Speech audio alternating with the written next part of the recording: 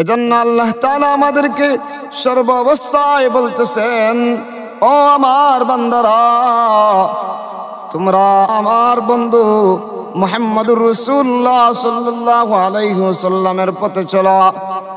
আল্লাহ তাআলা কোরআনে কারীমের মধ্যে সূরা ইয়াসিনের 4 নম্বর আয়াতে বলেন, আলা সিরাতিম মুস্তাকিম। আপনার পুরা জিন্দেগি সিরাতে মুস্তাকিম গো রাসূল।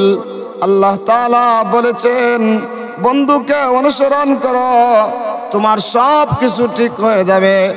দুনিয়াতে যত কিছু তোমার প্রয়োজন সব পাইবে, আখিরাতে তোমার সফলতার এই মুক্তির ব্যবস্থা আমি আল্লাহ করে দিব।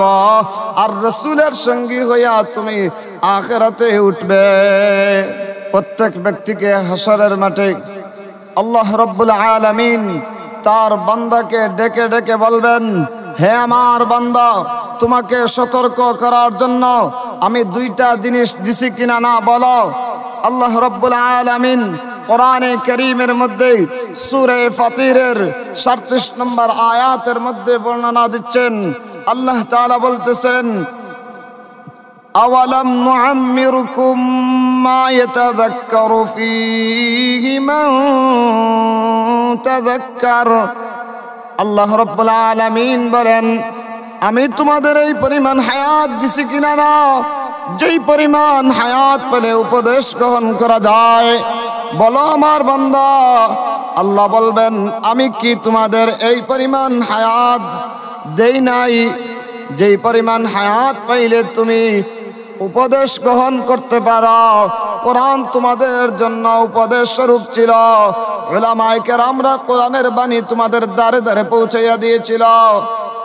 মানুষদেরকে আল্লাহ তাআলা ইবরত হাসিল করার জন্য কোরআনে কারীমের মধ্যে বলছেন। রব্বুল আলামিন সূরা হাশরের 2 নম্বর আয়াতে বলেন, ফাতাবিরু ইয়া উলিল আবসার। চক্ষুবান ব্যক্তি যারা আছো, তোমরা ইবরত হাসিল করো। 2 নম্বর, ওয়াজাআকুমুন নাযীর। তোমার কাছে কোরআন বুঝাইয়া দেওয়ার জন্য, আমি আল্লাহকে চিনাইয়া দেওয়ার জন্য রাসূলগণ পাঠিয়েছি। তোমার কাছে রাসূলগণ গিয়েছিলেন।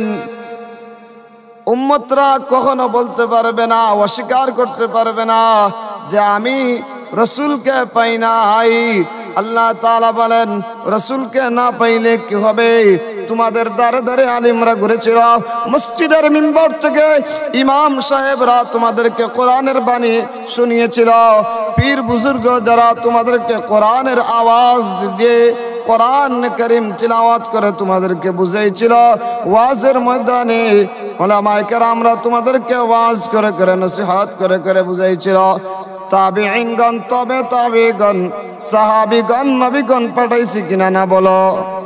ও আমার বান্দা, তুমি ইসলাহ হওয়ার জন্য, উপদেশ গ্রহণ করার জন্য আপনি কি বলতে পারবেন আমি কোনোদিন তাদেরকে দেখি নাই?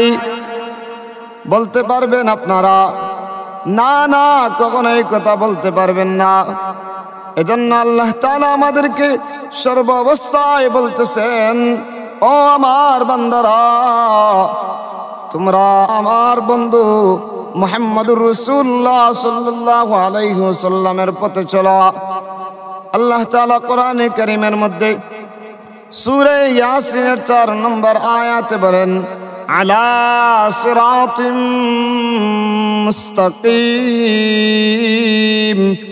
আপনার পুরা জিন্দেগি সিরাতে মুস্তাকিম গো রাসূল। আল্লাহ তাআলা বলেছেন, বন্ধুকে অনুসরণ করো, তোমার সব কিছু ঠিক হয়ে যাবে। দুনিয়াতে যত কিছু তোমার প্রয়োজন সব পাইবে, আখিরাতে তোমার সফলতার এই মুক্তির ব্যবস্থা আমি আল্লাহ করে দিব। আর রাসূলের সঙ্গী হইয়া তুমি আখিরাতে উঠবে। তাহলে সর্ব অবস্থায় কোরআনকে প্রাধান্য দেওয়া। কোরআনই হলো জীবনের মূল ভিত্তি। কোরআনই তোমাদের জীবন, কোরআনই তোমাদের মাংসপেশি, কোরআনই তোমাদের রক্ত, কোরআনই তোমাদের সংবিধান, কোরআনই তোমাদের সম্মান, কোরআনই তোমাদের দুনিয়া, কোরআনই তোমাদের আখিরাত। পবিত্র কোরআন তোমাদের গর্বের কারণ। তোমরা তো সম্মানিত কোরআনের কারণে। যার কাছে কোরআনের মতো ইলম আছে, যার কাছে কালামুল্লাহর ইলম আছে, সে তো দুনিয়ার সবচেয়ে দামি।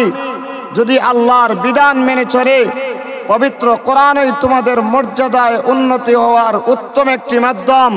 হে আল্লাহর বান্দারা, এই মহামান্বিত কোরআন তোমরা যদি একে পিছনে ফেলে দাও, তবে তোমরা লাঞ্ছনা ও দুর্দশার মধ্যে পড়ে যাবে। কারণ এই কোরআন আল্লাহ তাআলার রশি। তোমরা সবাই আল্লাহর রশিকে দৃঢ়ভাবে আঁকড়ে ধরো।